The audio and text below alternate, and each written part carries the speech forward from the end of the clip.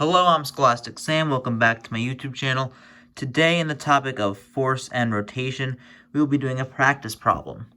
Okay, so a constant force F is applied to the rightmost ball of a two-ball object, each of mass m, connected by a massless rod.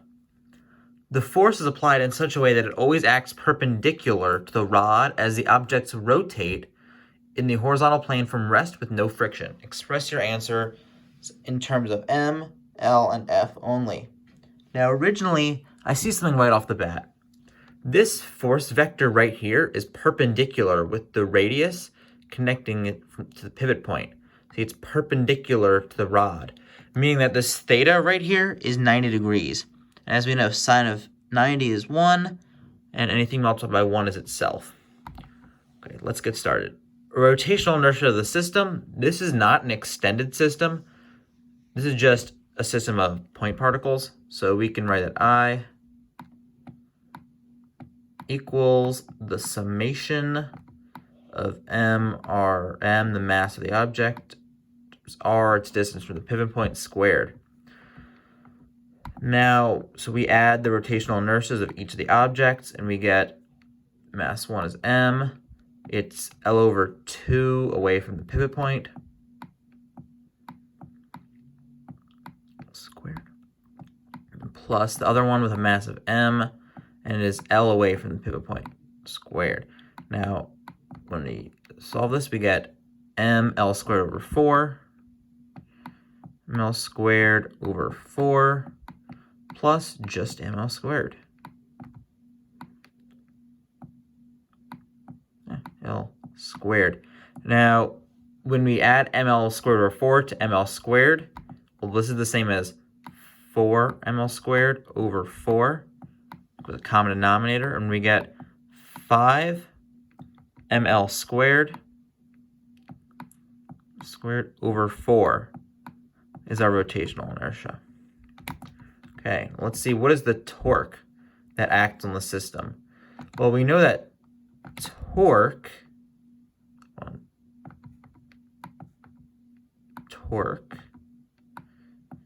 equals the force acting on an object times its distance from the pivot point times sine of theta. Now, we only have one force, so we're only going to have one torque. So this is going to be the force is F. Its distance from the pivot point is L. And like we said, theta is 90, sine of 90 is 1. So this torque is just going to be FL. Let's go to the angular acceleration of the system.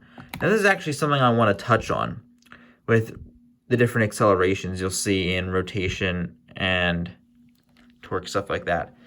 Now first, angular acceleration is the change in angular velocity. I know that's not really that helpful, but to understand angular acceleration, we have to understand rotation. If there's a circle, let's say we have a circle, and something rotates, say, a full way around. That'll be one full rotation. Its change in theta will just be 2 pi radians. Now, let's say it does that in a time t.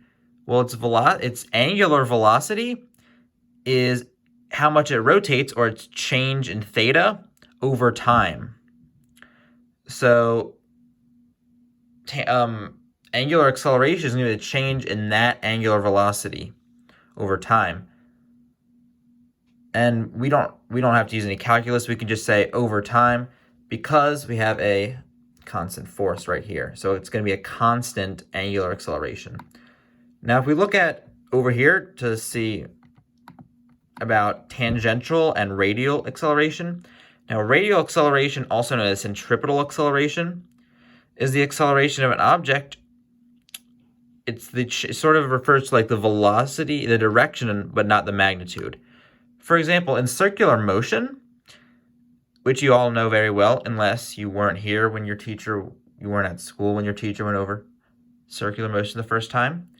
Well, in uniform circular motion, an object traveling in a circle is not changing velocity. So it's not changing its tangential acceleration, but it is changing direction. So all of its acceleration will be due to change in direction, also known as radial acceleration. And this acceleration is also known as centripetal because it's always going to be towards the center or center seeking. And we know that this radial acceleration is v squared over r. Now let's look at tangential acceleration. Now this refers to the change in magnitude of velocity, but not its change in direction. So if you have something traveling some distance in some time, it's going to have a velocity v. And tangential acceleration is the change in magnitude of that velocity. So it's going to refer to more to like distance, whereas angular will refer more to its rotation or its change in radians, theta. And right here we see that angular acceleration is radians per second squared, and radial and tangential are both meters per second squared. Now we know, based on Newton's second law of rotation, that our summation of torques equals our angular acceleration times our rotational inertia. And we're trying to solve for angular acceleration. So we can isolate that and say angular acceleration equals torque, we only have one torque, divided by rotational inertia. And this is going to equal, we got our torque was FL, and we got our rotational inertia was 5 ml squared over 4.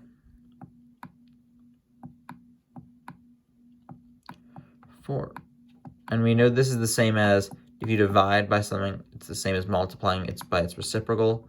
So we get FL, and then we get 4 over 5 ml squared.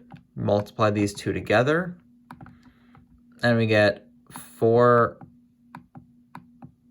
FL over 5 equal sign 5 ml squared.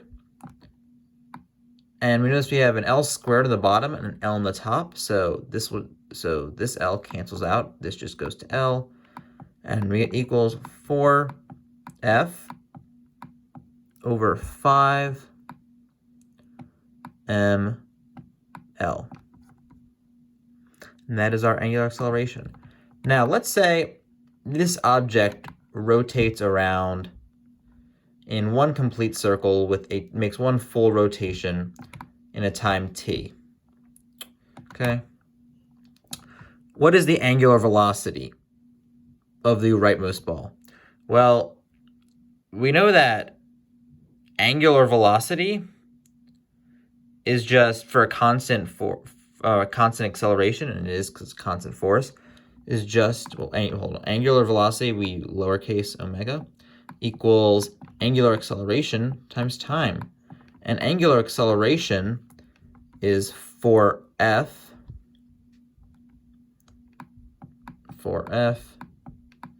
over 5 ml times time is just times t. So we have 4ft over 5 ml. Now, if we have these 2 points that are connected, and this rotates some amount, each of these balls will rotate the exact same amount in the same time. So they will have the same velocity. These two balls, these two objects right here, always have the same change in angle in radians in the same time. So they will always have the same angular velocity, meaning they'll always have the same change in angular velocity and thus will have the same angular acceleration. But if they always have the same angular position and they rotate for a time t, they will always have the same angular velocity. So the angular velocity of the left ball, 4ft over 5 ml, is the same as the one for the right ball. So the angular velocity of the left and rightmost ball will be 4ft over 5 ml. Let's look at the linear velocity of the leftmost ball. Now, we know that linear velocity equals angular velocity times the radius. Now, this makes sense. if something rotates, it's rotating very, very quickly, it's going to have a greater velocity. And if the radius is larger, then for each rotation, it's going to travel a longer, like a greater distance in some time t, so it'll have a greater velocity. So for the leftmost ball, we'll say this is v1 equals the angular velocity, which is 4ft over 5 ml,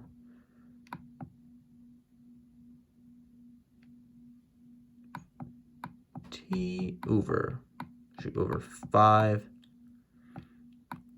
ml times the radius of the leftmost ball is just L over 2. Then these two L's will cancel out, and we get 4ft over 5 ml times 2. So this is going to be 4ft over 10 ml for the leftmost ball. And that just 4 over 10, we can just simplify that to the linear velocity of our leftmost ball being 2ft. Oh shoot, never mind, the L actually cancels out here. So there's no L, my bad. 2ft, because we had divided by L, multiplied by L, they cancel out. So we just have 4ft over 10m, which simplifies to 2ft over 5m for the leftmost ball. Let's look at velocity 2 for the rightmost ball. Equals still the angular velocity of 4ft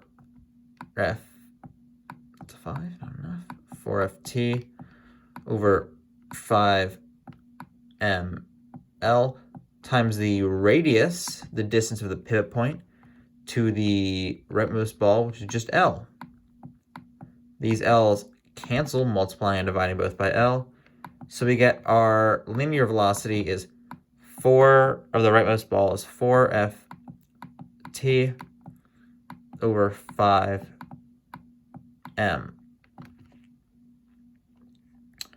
Now, let's find the radial acceleration of each ball, leftmost and the rightmost.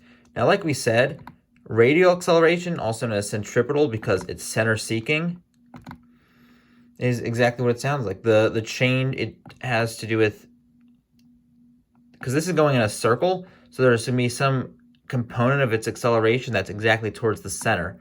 That's known as radial velocity, or radial acceleration, I mean. And that's a sub r equals v squared over r. So let's look at it for the first one. We have the radial acceleration of the first ball equals the linear velocity of the leftmost ball, which was 2ft over 5m. 2ft over 5m, and that is squared over the radius. The distance of the leftmost ball to the pivot point is just L over 2. L over 2. And that's going to equal, when we square that, we're going to get 4 f squared t squared. 4 f squared t squared over 25 m squared. And when we're dividing by L over 2, that's the same as multiplying by the reciprocal. So it's the same as multiplying by 2 over L. So this is going to equal 2 times 4 is just 8. 8 for the leftmost ball, the radial acceleration is 8f squared t squared over 25 m squared L. Okay, now let's look at the rightmost ball. And by the way, you can find the answers to each of these up in the right, so you can see where we're getting them from, and just check your work, because I really hope you guys, if you figure something out, you can just pause it and try to see and work it out and try to see if you get the right answer. But if you don't, I will still explain them as I have been. Let's look at the angular or the radial velocity of the rightmost ball. So it's going to be v squared over r. So the radial acceleration of the second ball equals v sub r, or v sub, 2 squared over r sub 2 equals the linear velocity of the rightmost ball, is found up here, was 4 ft over 5m. Yeah, 4 ft over 5m. And we know that velocity is squared over the radius, which is L. So just over L equals be 16 f squared t squared over 25 m squared, and we will be this is the same as L over 1, so we multiply by the reciprocal. We say 1 over L. So then we get our final answer for the radial acceleration of the rightmost ball is 16 f squared t squared over 25 m squared L. There we go. Now, we talked about radial, which has to do with direction, but let's look at what has to do with distance and magnitude. We'll look at tangential acceleration. Seeing tangential because it's touching the circle at one point. Okay, now we know that of the leftmost ball. Now we know that tangential acceleration, like linear acceleration, translational, however you want to phrase it, equals radial equals angular acceleration times the radius. So we know that for our leftmost ball, the tangential acceleration of the leftmost ball equals the angular acceleration of the leftmost ball times the radius of the leftmost ball. So we get equals the angular acceleration of the leftmost ball was just the angular acceleration was 4 of the leftmost ball, or the whole system actually, was 4f or 5ml, because they both have the same angular acceleration. So I can actually get rid of this 1 right here. Oops, I covered the whole thing. Equals 4f over 5ml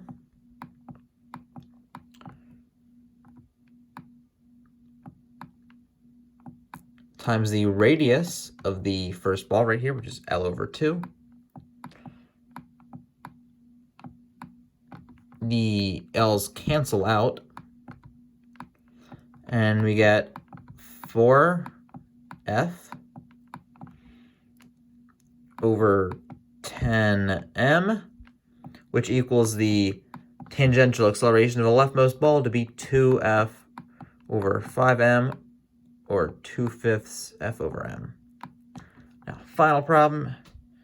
Let's find the tangential acceleration of the rightmost ball.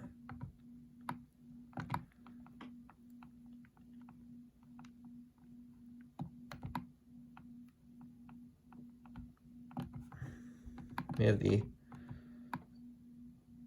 AT2 equals tangential acceleration of the second ball equals the angular acceleration of the whole system times the radius of the second ball, which equals 4f, that's a 5, I don't know why that's 4f over 5ml times the radius of the second ball right here, which is L away from the pivot point. And these two L's cancel out. We're multiplying by an L and dividing by an L, so that cancels out. And we get that this equals our tangential, so hold on, equals our tangential acceleration of the rightmost ball, which equals just 4f over 5m. It makes sense that it's greater than this one because for one rotation, this has to move much, much more. In fact, for one rotation, this would have to move 2 pi r, so 2 pi l radians, and this would be 2 pi l over 2, so just pi l. So it makes sense this one's twice more. Okay. Scholastic Sam, thank you for watching. Please leave a like, subscribe, turn on post notifications, and share with your friends. Big shout out to my physics teacher, Ms. Demoto, for teaching me all this information.